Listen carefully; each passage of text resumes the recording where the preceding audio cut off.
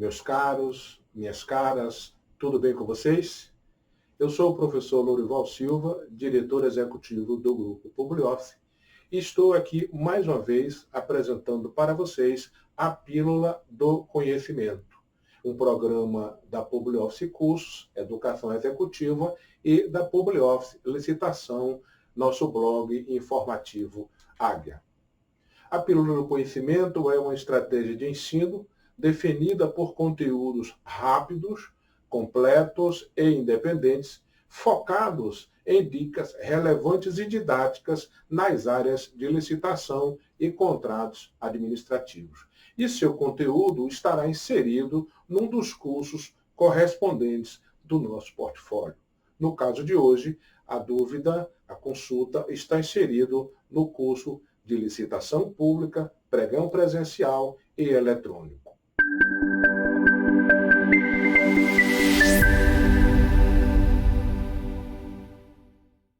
A consulta de hoje vem de Adelita Oliveira, que quer saber, na tela, vamos participar de uma licitação na modalidade pregão eletrônico para a contratação de serviços de motoristas de veículos automotores para transporte de pessoal, materiais, cargas e documentos, entre outros. Acontece que o edital, quanto à qualificação técnica, exige-se comprovar também o seu registro ou inscrição na entidade profissional competente, qual seja Conselho Regional de Administração, CRA. Ele quer saber se está correta a exigência de comprovação de registro no CRA, tratando-se de prestação de serviços de motorista. Existe também, ele está perguntando, se existe quantidade mínima ou máxima de atestados de capacidade técnica para comprovar a aptidão para o desempenho da atividade de motorista. Respondendo ao caro consulente e a todos que nos assistem, que a norma licitatória expressa na Lei 8666 de 93 traz em seu artigo 30 os incisos 1 e 2. O primeiro trata do registro ou inscrição na entidade profissional competente e o segundo sobre a comprovação de aptidão para desempenho de atividade pertinente e compatível em características, quantidades e prazos com o objeto da licitação. Vimos que este artigo 30 da Lei 8666 de 93 diz que é necessário que façamos uma distinção entre capacidade técnica operacional e capacidade técnica profissional. A primeira diz respeito à capacidade operativa da empresa como um todo. A segunda, definida no inciso 1º do parágrafo 1º, diz respeito ao profissional que atua na empresa requerida a prestar quando de atividade regulamentada. No caso em questão, tratando-se de Conselho Regional de Administração, CRA, a Lei 4.769, de 65, no artigo 2º, a linha B, também nos artigos 14 e 15 dessa lei, que dispõe sobre o exercício de profissão de técnicos de administração, que não é o caso do objeto licitatório, não impõe às empresas que explorem atividades de prestação de serviço de motorista o registro na entidade competente para a fiscalização do exercício da profissão de administrador, porque não é. De maneira que o Tribunal de Contas, expedindo jurisprudência pelas suas reiteradas decisões e julgamentos, o Tribunal de Contas da União, nos seus excertos, no Acordo 4.608, recente, de 2015, Primeira Câmara, assim orienta. Na tela. Item 8. A jurisprudência desta Corte de Contas vem se assentando no sentido de não ser exigível das empresas de locação de mão de obra o registro nos Conselhos Regional de Administração, CRA, para a participação nas licitações de administração pública federal. Somente nos casos em que a atividade fim das empresas licitantes esteja diretamente relacionada à do administrador é que a exigência de registro junto ao Conselho Regional de Administração, o CRA, se mostra pertinente. Não é o caso da contratação de serviços de vigilância armada, objeto do pregão em questão. Vigigrátis, Acórdão 2475 de 2007 e vários outros, conforme você vê aí na tela. Então, comentando, quando a jurisprudência, este Acórdão 4.608 trata de vigilância, também está referindo a toda e qualquer outra atividade não regulamentada, de vigilância, de motorista, de recepcionista, qualquer atividade que não esteja relacionada à atividade técnica de administração, ela é dispensada da apresentação de registro ou anotação no Conselho Regional de Administração.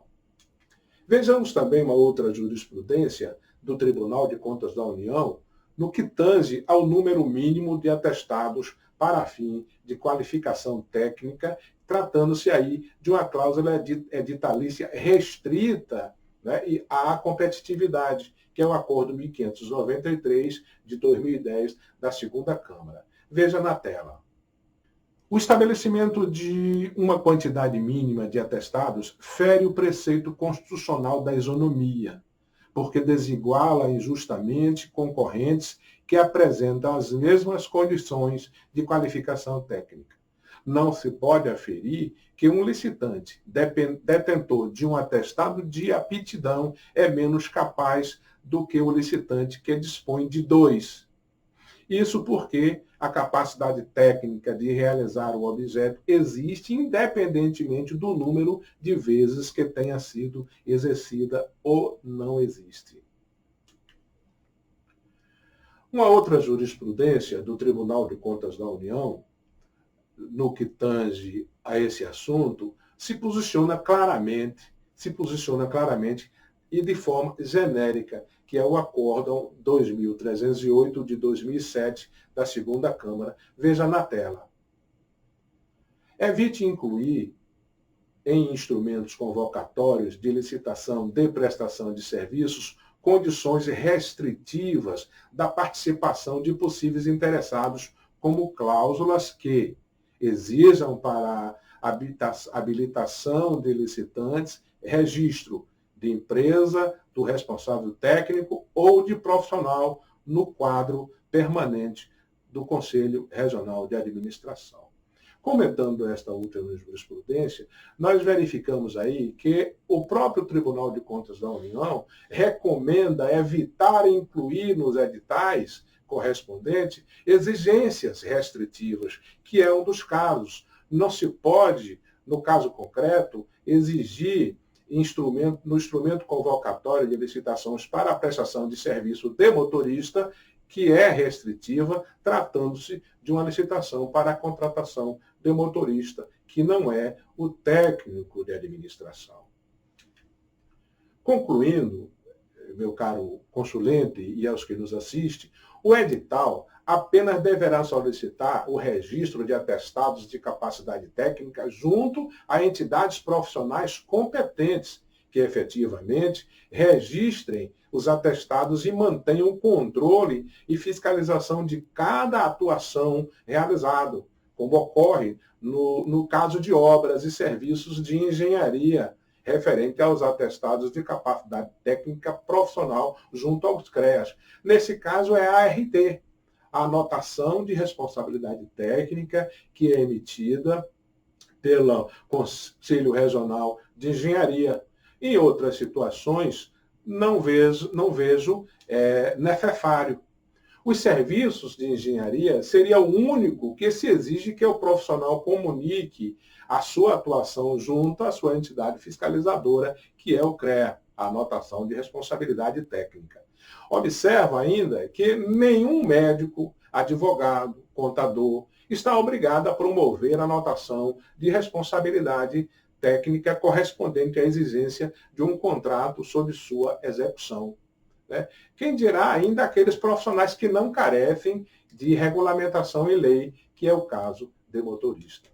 De forma que, finalizando, posso assegurar que a exigência editalícia não está de acordo com as normas legais, ao tempo que orientamos ao prezado consulente e aos que nos assistem que apresentem tempestivamente, no prazo de lei, junto ao pregoeiro ou à comissão de licitação correspondente, o pedido de esclarecimento, conforme o artigo 40, inciso 8 da Lei 8666 de 93, ou até mesmo um pedido de impugnação, né, de acordo com a mesma Lei Geral de Licitação, no artigo 41, parágrafos 1º e 3º, o que não impedirá, inclusive, da impugnante de prestar ou participar da licitação. De forma que fica contundente, diante da legislação, diante da jurisprudência, a inaplicabilidade, a equivocada inclusão no edital de licitação desses termos e exigências.